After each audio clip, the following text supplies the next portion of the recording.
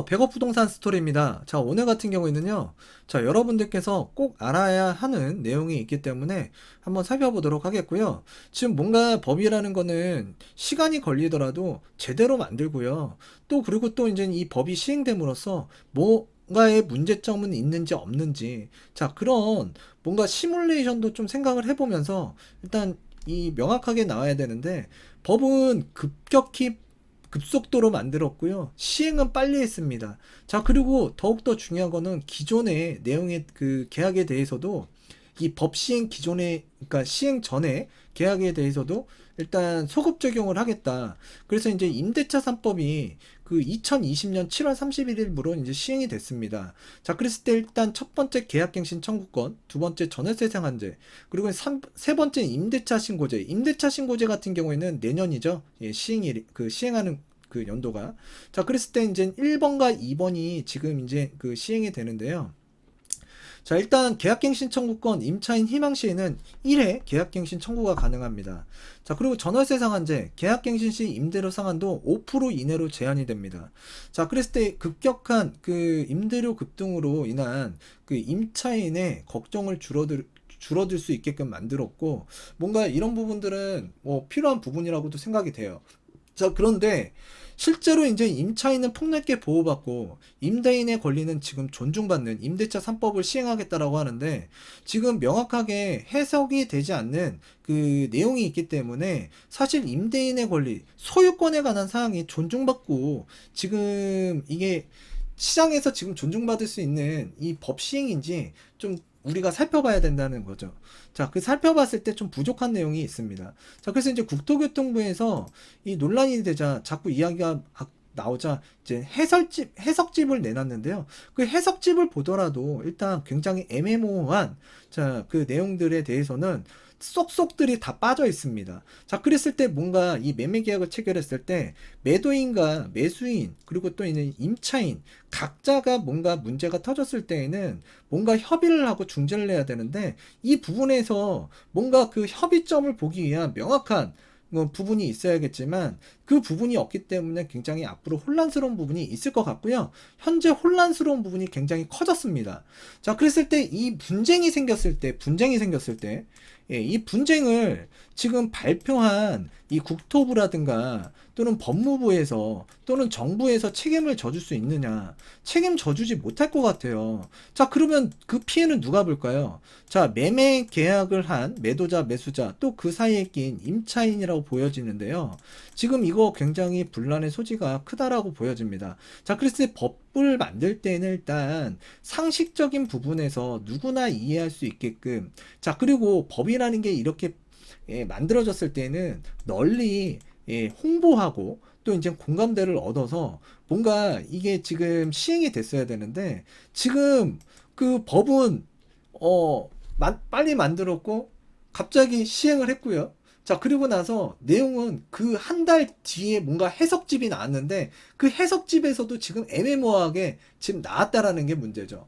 자, 그랬을 때 지금 그 참여연대라고 있습니다. 그 참여연대는 지금 이 국토부에서 해석집을 내놓기 이전에 이 참여연대에서 이 임대차 3법, 특히 이제 계약갱신에 관한 이 청구권에 관한 사항이 지금 그 인터넷 그 블로그라든가 카페에 굉장히 많이 돌아다니고 있었는데, 이거는 명확한 건 아니에요. 근데 이거는 지금 뭔가 법률적인 해석을, 분쟁이 될 수 있는 부분에 대한 법률적인 해석을 내놓았다라고 보여지거든요. 그래서 참고 사항으로만 보셨으면 좋겠고요. 자, 그리고 또 이제 그 국토부에서 이제 해석집도 나오고 이렇게 참여연대에서도 뭔가 이제 법률적인 해석도 이렇게 나왔습니다. 자, 그런데 이제 분쟁의 소지가 점점 커지고요. 문제가 될 것 같고, 자, 그러다 보니까 지금 드디어 이제 이 부동산 뉴스에서 이제 발표가 되었는데, 자, 실거주를 하려고 했는데, 매입을 했는데 2년간 갭 투자로 살라고요 라는 제목이 실렸습니다. 자, 그랬을 때 이게 왜 뉴스에 안 나올까라고 제가 지금 그참 살펴보고 있었는데, 요 내용이 드디어 이제 그 네이버 메인에 이제 올라왔더라고요. 자, 그래서 이번 정부의 어떻게 보면 핵심 슬로건 중에 하나가, 부동산 정책 핵심 슬로건 중에 하나가 무주택자 보호, 실수요자 보호입니다. 자, 그랬을 때 무주택자가 1주택을 취득하면서 뭔가 실수요 목적으로 취득한 주택, 이 이 그 임대차 3법 계약갱신 청구권 때문에 갑자기 갭투자자로 전락이 될 수 있고요. 또 내가 원하는 집에 지금 당장 못 들어간다라는 게 문제가 될 수도 있습니다. 자, 근데 이 부분에 대해서 지금 뉴스 끝에를 살펴보게 되면, 자, 지금 그 국토부하고 법무부는 이에 대해서 지금 명확한 그 답변을 내놓지 못하고 있고요.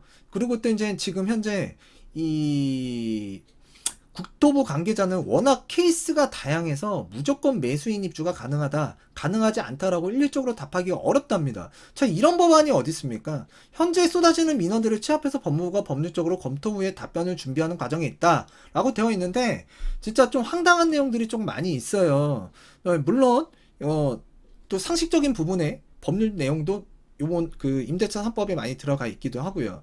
자, 근데 이제 그 어떻게 내놓을지 이제 우리가 살펴봐야 되는데, 이번 내용 그 해석집 보게 되면 황당한 내용도 굉장히 많습니다. 자, 그랬을 때 일단 그 이 참여연대에서 해석한 내용 잠깐 한번 먼저 우선 살펴보도록 하겠는데요. 일단 임대인이 임차주택을 제3자에게 매도하는 매매계약을 체결한 경우 임차인은 계약갱신 요구권을 행사할 수 없나요? 자, 지금 제3자한테 매매계약을 체결한 거예요. 소유권이 넘어간 게 아니라 계약을 체결한 상태에서 계약갱신 요구권을 임차인이 행사할 수 있느냐. 자, 이 내용이 지금 문제가 되고 있는데요. 일단 지금 이 참여연대에서 발표한 내용을 살펴보게 되면, 자, 법 시행 전이에요. 법 시행 전과 법 시행 후의 내용이 달라지는 것 같습니다. 자, 그래서 이제 참여연대에서 이제 해석한 내용을 보게 되면 참고만 하시면 좋겠습니다. 법 시행 전, 자, 임대인이 주택을 실거주 목적인 제3자에게 매각한 경우 임대인은 임대차를 계속하기 어려운 중대한 사유가 있는 경우임을 주장하여 갱신을 거절할 수 있습니다. 자, 그러니까 법 시행 전에 제3자에게 매각했어요. 그러니까 계약을 체결한 거죠. 자, 소유권 안 넘어왔도록 매각을 한 경우, 자, 일단 임대인은 임대차를 계속하기 어려운 중대한 사유가 있다. 매각을 했다. 그래서 이제 주장할 경우에는 일단 계약갱신을 거절할 수 있다라고 지금 판단하고 있고요. 자, 법 시행 후입니다. 그래서 이제 법 시행은 2020년 7월 31일자로 이제 시행이 됐고요. 계약갱신 요구권 행사 기간 내에, 자, 임차인이 법 시행 후에요. 임차인이 아직 계약갱신 요구권을 행사하기 전에, 계약갱신 요구권 행사하기 전입니다. 단서가 하나 더 붙었죠? 법 시행 후 계약갱신 요구권 행사하기 전이고요.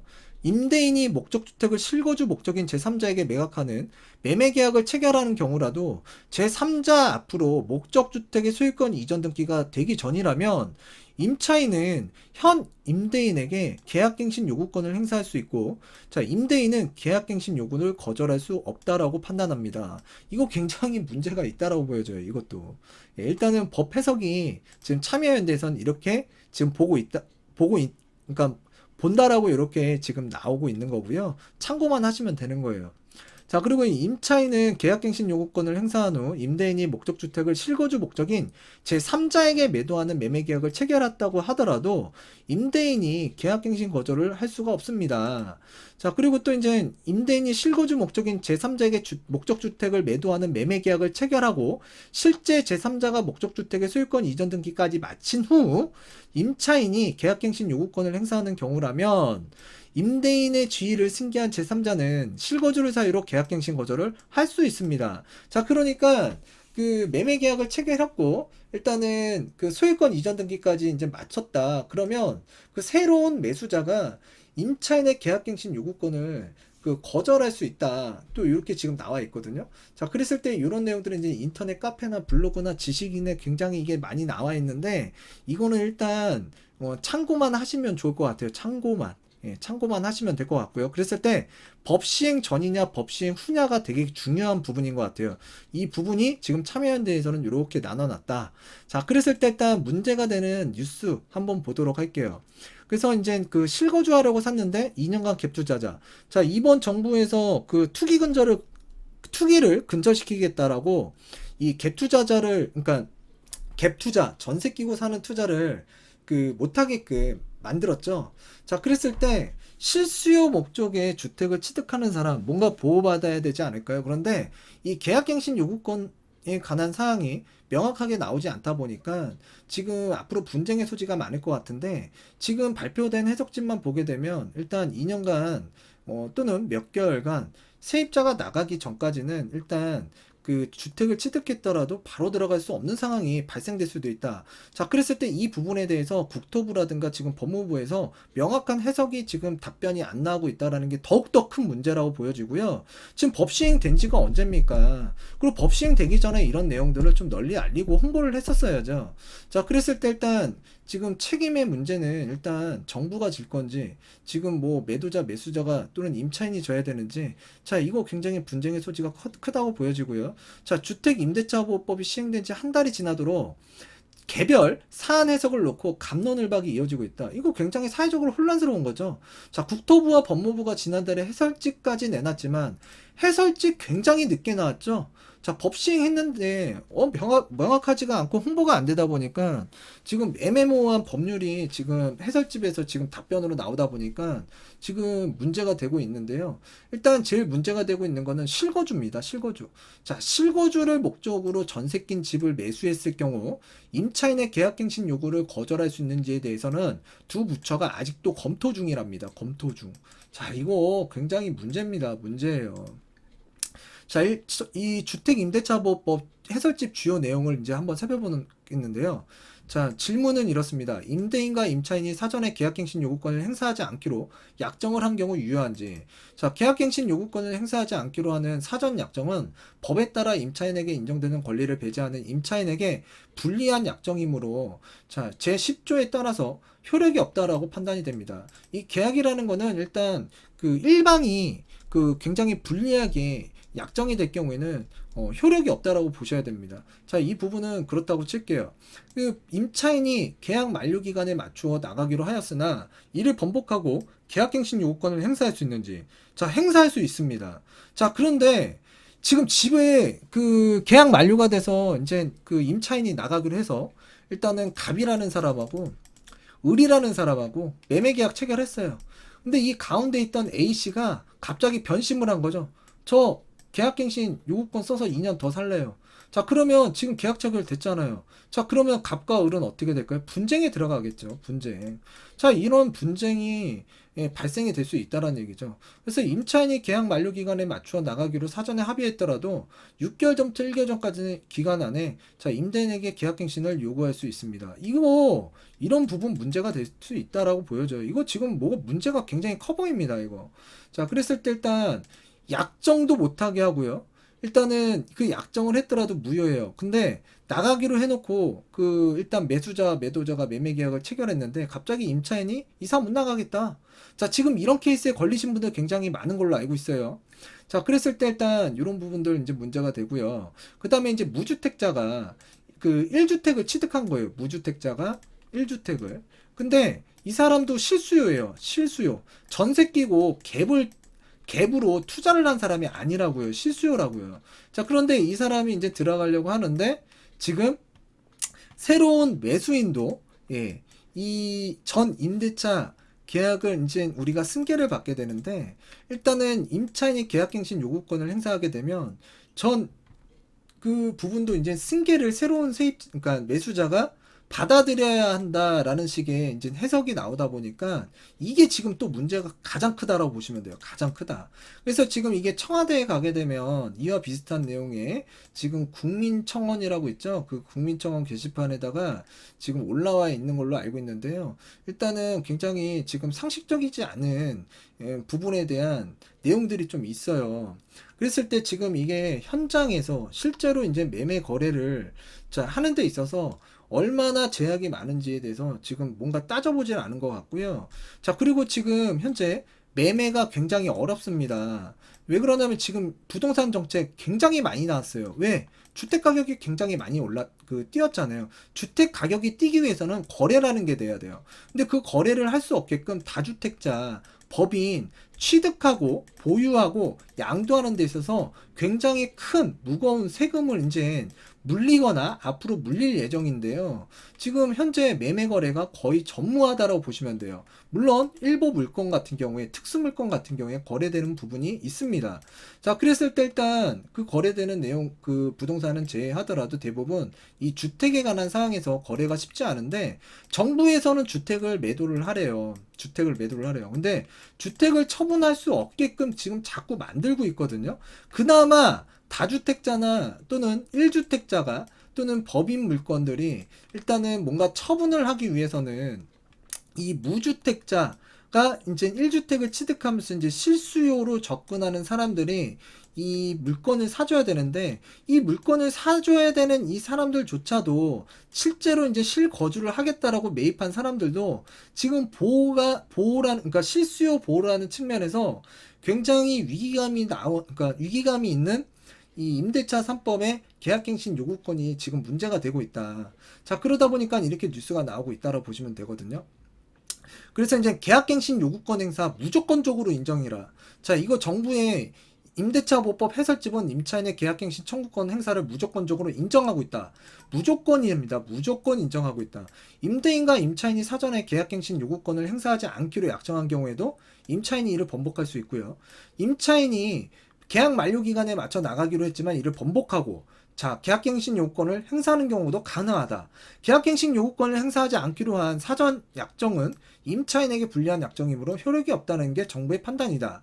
자, 문제는 이럴 경우 실거주하고자 이 집을 매수한 매수인은 선의의 피해를 입을 수 있다. 집주인이 실거주할 경우에는 계약갱신 요구를 거절할 수 있지만 매수 계약을 체결해 놓고 아직 잔금을 치르지 않아서 등기상 소유권이 넘어오지 않은 상태에서 임차인이 계약갱신 요구권을 행사할 경우에도 거절할 수 있는지가 명확하지 않기 때문이다. 자, 이 경우에 그 계약갱신 요구권을 거절할 수 없다면 임차 기간이 끝난 후 자, 들어가 살려고 미리 집을 그러니까 산 매수자는 의도치 않게 2년간 갭 투자자가 된다. 자, 갭 투자 근절시켜야 되는 이 정부에서 오히려 지금 무주택자인데 1주택을 소유하는 실거주 목적에 취득한 이 사람들조차도 갭 투자자로 지금 만들어 버리고 있는 거예요. 어떻게 보면 지금 정책이 어떻게 보면 지금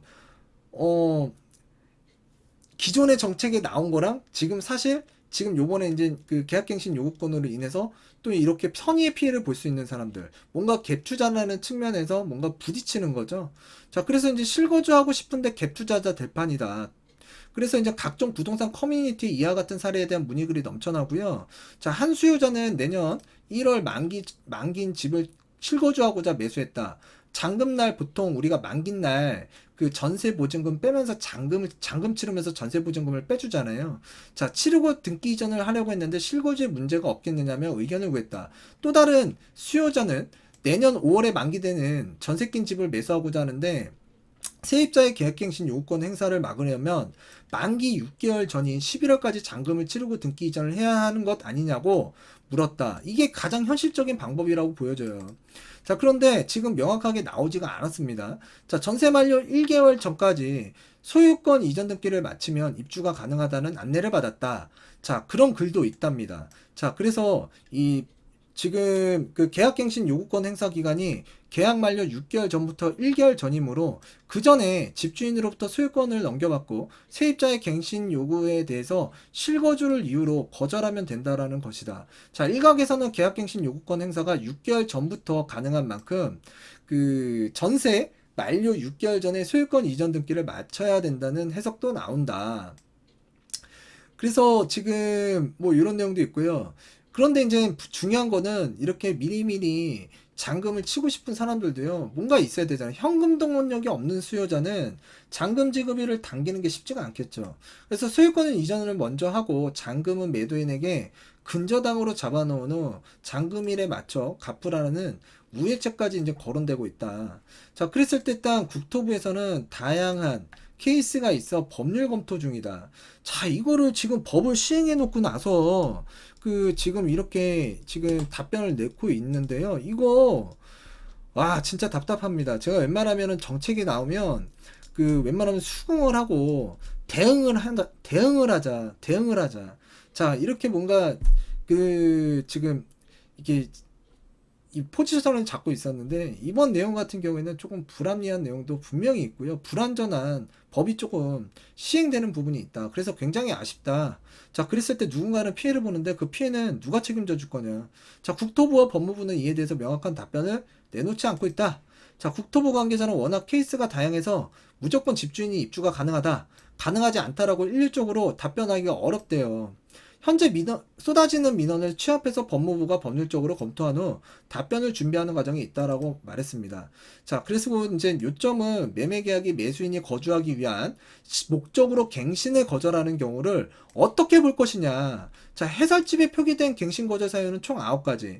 자, 집주인이 목적 주택에 실제 거주하는 경우를 비롯해서 자, 이제 임대차를 계속하기 어려운 중대한 사유가 있는 경우에도 포함이 된다. 자, 그랬을 때 일단 매매로 인해서 계약갱신 거절을 할 수 없다. 자, 근데 이제 그 참여연대에서는 이 법 시행 전에 계약 체결을 했느냐, 법 시행 후 계약 체결을 했느냐에 따라서 그 해석하는 내용이 달라졌습니다. 자, 그랬을 때 일단 그 임대차를 계속하기 어려운 중대한 사유가 있는 경우, 그래서 이 사유의 중대한 사유가 이 매매 계약이 이 중대한 사유에 들어가는지 안 들어가는지에 따라서 좀 달라질 수도 있을 것 같고요. 그래서 이제 이 관계자는 실거주 매수인이 있을 경우 임대차를 계속하기 어려운 중대한 사유에 해당할 수 있는지에 대해 검토가 진행 중인 것으로 알고 있다. 자, 그랬을 때 상식적으로 우리가 살아가면서요, 이 뭔가 남들이 봤을 때 수긍할 수 있는 보편적이고 타당한 법을 만들어서 이거를 발표를 하고 시행을 해야 될 것 같고요. 지금 시행된 지가 지금 한 달이 넘어갔죠. 자, 넘어갔는데 아직까지도 이런 내용이 지금 답변이 없다라는 거는 시장에선 굉장히 혼란스럽고 분쟁만 키울 뿐입니다. 그렇기 때문에 얼른 빨리빨리 답변을 주셨으면 좋겠고, 또 여러분들 우리가 이 전월세 상한제 있잖아요. 그랬을 때 이게 2+2가 아니라 2+2년, 그래서 한 번 더 이제 계약갱신 요구권이 있는데, 일단은 이 계약갱신 요구권 있잖아요. 이 플러스 2가 더 생길 수도 있거든요. 자, 그래서 여러분들께서도 이 부분에 대해서도 조금 여러분들께서 좀 알아보셔야 될 것 같고요. 다음번에는 요게 2+2가 아니라 지금 전월세 상한제 계약갱신 요구권 여러분들께서 잘못 쓰시면 플러스 2까지도 더 갈 수 있다. 자, 그 부분에 대해서도 한번 살펴보는 시간을 갖도록 하겠습니다. 자, 오늘도 유익한 내용 여러분들과 이제 살펴보려고 노력은 했는데요. 일단 이 내용 이제 알표로 이제 답변이 나오면 한번 제가 여러분들과 다시 한번 살펴보도록 하겠고요. 자, 오늘은 이쯤에서 마치도록 하겠습니다. 감사합니다.